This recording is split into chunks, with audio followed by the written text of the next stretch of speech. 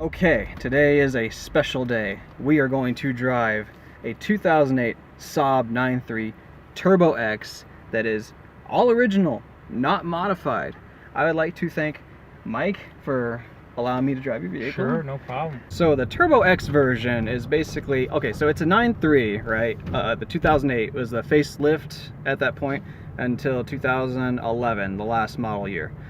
2008 is the only year for the Turbo X. And Mike, feel free to correct me on these, but the things I can remember what made the Turbo X different. We'll start with, it has an extra like front lip on the bumper. It has, I think, a specific spoiler on the back. It definitely has a different rear bumper and exhaust. Yeah, and the exhaust. The mufflers alone, the exhaust system itself is different. And also the rims, they are also...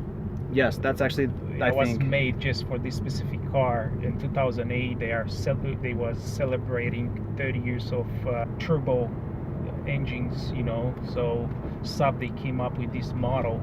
It was made, if I'm not mistaken, like they built like I believe 2,000 worldwide, and then like 600 for US. It was like 211 sedan, and the rest was wagon. I might be wrong, but so you have like one of about 200-ish. Yeah, that's correct. Yeah. Okay.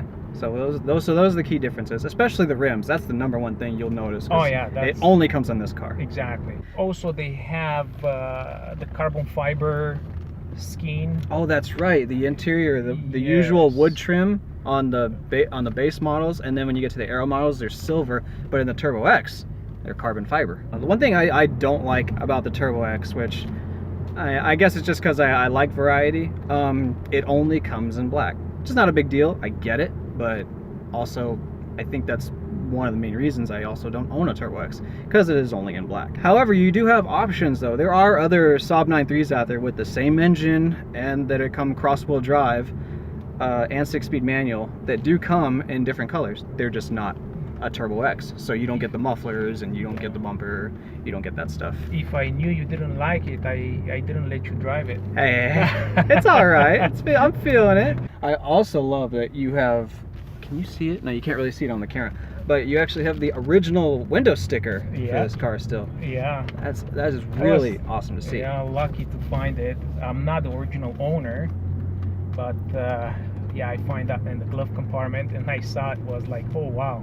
Wait, you found it in the glove compartment after you bought it? Yeah. That's awesome. So where did you buy this? Because I get the chances of any of us buying a Turbo X local like never happens. It had to be from somewhere else. Yeah, I was looking for a while, and then I finally, you know, saw this one. I mean, it was in very, very nice conditions, and they didn't modify it, and they said this is gonna be mine, and I bring it from North Carolina. So yeah. And you said you had it shipped, right? Yes. Yeah. Yes. That's a long drive. It is. So I'm just gonna give it a little kick, remind myself what I gave up.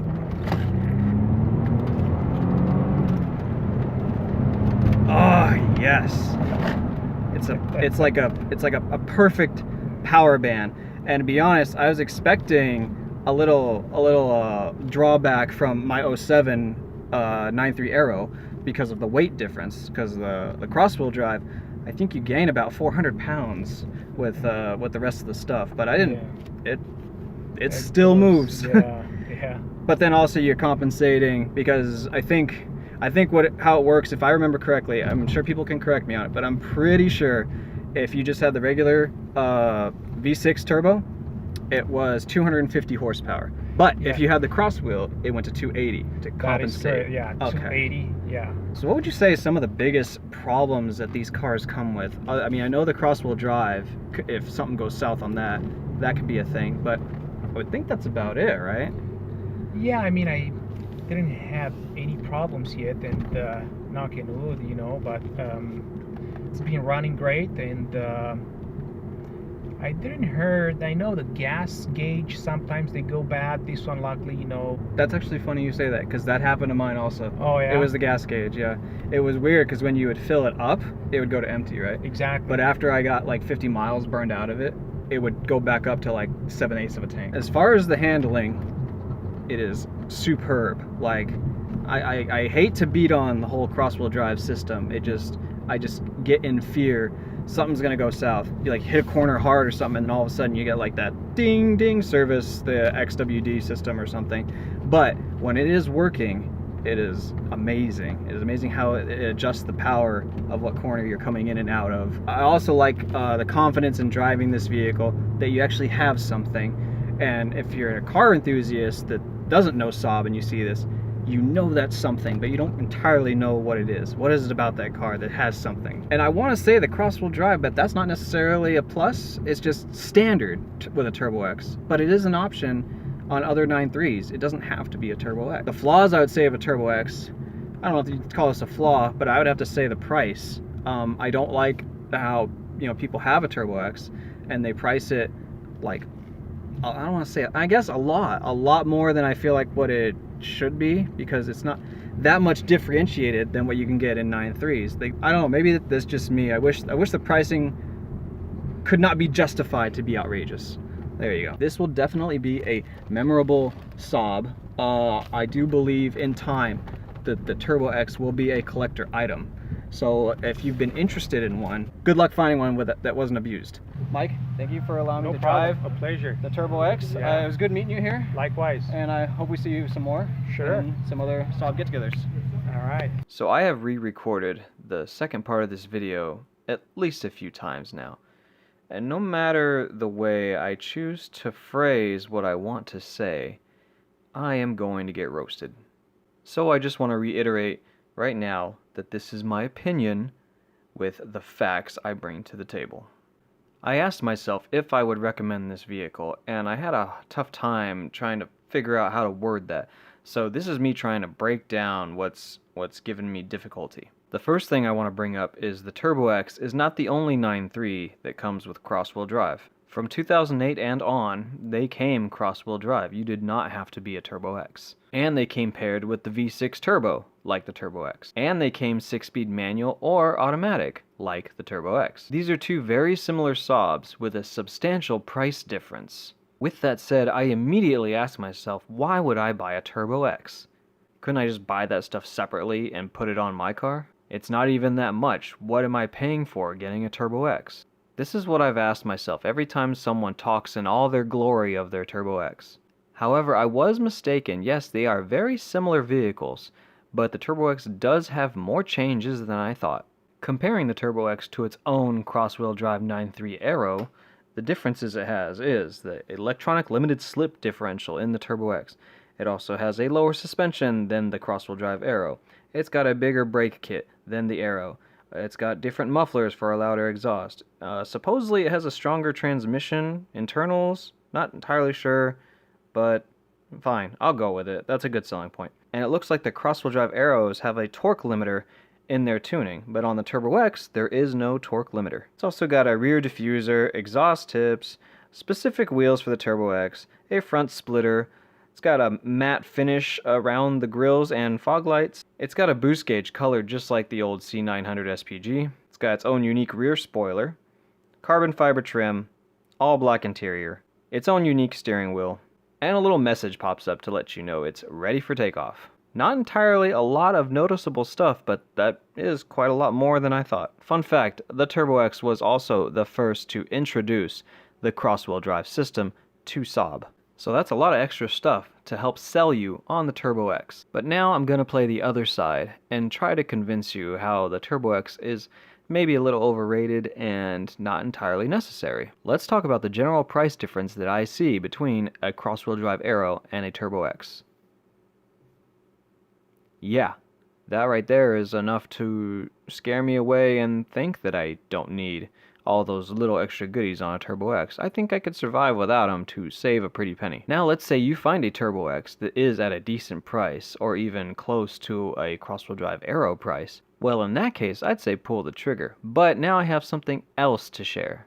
Its exclusiveness, its rarity. I'm not entirely understanding how this is a rare vehicle, at least compared to the cross-wheel drive Aero, which is the car I'm actually comparing it to as an option. Like I said before, you don't have to be a Turbo X to have cross-wheel drive. The cross-wheel drive was available for all 9.3s from 2008 to 2011. With that said, I did a search for cross-wheel drive Saab 9.3s. That's it.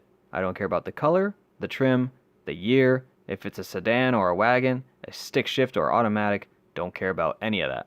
With just the cross-wheel drive 9.3s of all years, the most common one is the Turbo X.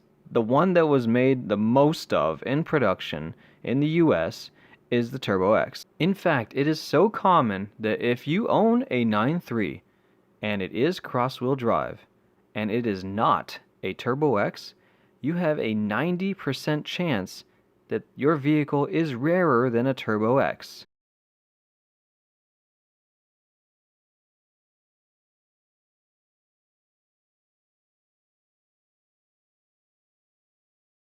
How is that possible? Let's look at this another way. Let's narrow it down a little bit more. Let's only look at a 2008 production year for the 9.3 cross-wheel drive. Of course, at the top of the list, it's mostly all the Turbo X versions. Now, the total production amount for 2008 with cross-wheel drive is supposed to be 1,106.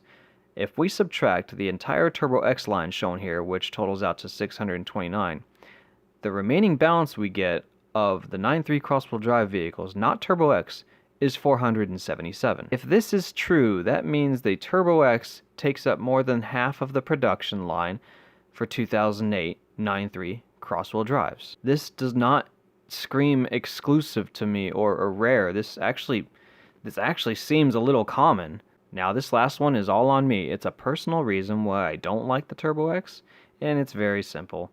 It's the color. I'll be honest with you.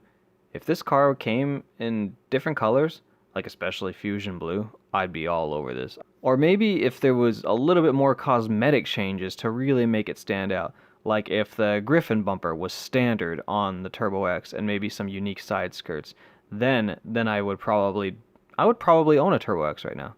But I still feel that it is very comparable to the cross-wheel drive Aero, which makes me not have a lot of interest. On another plus side though, for the Turbo X, it doesn't really inherit any more or less problems than you would get with the cross-wheel drive Aero. So usually when you get a performance model of a certain car, it usually comes with more cost and maintenance and repairs, etc., etc. So I guess that is a good argument for the Turbo X, but then again, I could compare the base model Saab 9.3 to the cross-wheel drive Aero, which that indeed does come with more potential things to break and a more costly repair and maintenance, definitely.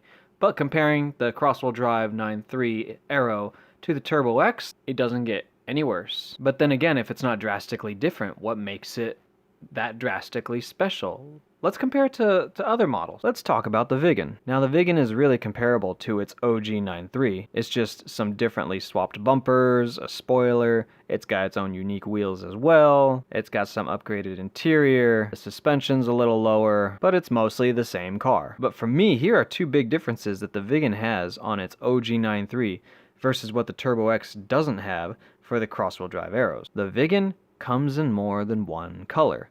Some of the colors are unique to it, some are not. But the fact that you have an option, it's a good feeling, because I don't want to roll up near other Viggen owners and we all look the same. But ultimately, the biggest difference that it offers is under the hood. You no longer have the 2.0 turbo engine. The Viggen carries the 2.3 turbo engine. It is physically something different under the hood. It provides you something more. As where the Turbo X arguably doesn't compared to the cross-wheel drive Aero. Maybe if it was like a 3.0 turbo, or maybe if it's still the 2.8 but it gets a bigger and better turbocharger than what's on the others. But it's the exact same engine, so I just ultimately feel like, what's the incentive? So here's how I'm going to break it down. If you are a purist, and what I mean by that is, if you're a car person who loves the car the way it is and wants that specific car because you're not going to do anything to the car, like no modifications, changing nothing, then I would say that the Turbo X is for you because you don't have to do anything. You already have some awesome wheels. You already have lowered suspension. It's already got all these little extra goodies that make it unique and cool looking, and it's louder too. Just it has everything. There's no reason to change anything on a Turbo X. So if you are a purist and you like that Turbo X, then absolutely go after it. Go ahead and pay the premium price. Actually, you're paying for not having to do anything to it. It is perfect the way it is, except the color. Now, if you like to modify vehicles, such as myself, then I would suggest to skip on the Turbo X, unless You can find it for the same price as a cross-wheel drive Aero, or at least close to it. But if all you're seeing is like premium pricing for it, I would honestly skip it. Because by the time you put wheels on it, you lower it, you change out the exhaust, or maybe add some cool lip kit, or I don't know, you know what you guys do, you know what you're looking for when you want to modify a car. But I feel like there's a point when you do that to a Turbo X, that car is no longer a Turbo X. There are things that make it a Turbo X, that make it cool, that make it hip, the reason people want this car. And you're taking that away from it. So what's the point of you getting the Turbo X then? Just go get a cross-wheel drive Aero. Save yourself the money and put like different goodies on the car. Make it your own, make it unique. Now this is where I feel like all the people who have modified Turbo X's are going to come after me. Look, I'm not saying if you own a Turbo X, you can't modify it. I'm also not saying that if you want to modify a car, that you can't buy a Turbo X. This is me more or less trying to answer for people who are unsure if they want a Turbo X or they want more information on it. If you want the premium Turbo X and want to modify the hell out of it, be my guest. More power to you. For me personally, the Turbo X will be a collector item, and I feel like that it shouldn't be messed with. If you think I'm wrong, please comment and change my mind. If there are any other details or facts that I missed out or got wrong, again, please comment. I try to do my research as much as I can, but there are things that I could gotten wrong, and I'm not a know-it-all, so, educate me. We are here to help each other. I hope this brings some insight to the people who don't own a Turbo X or have been looking into one, and I hope this doesn't trigger the Turbo X owners into labeling me like the Turbo X hater or something. That's not me. I'm the vegan hater. I hope we all learned something today. Till next time, guys, keep on sobbing.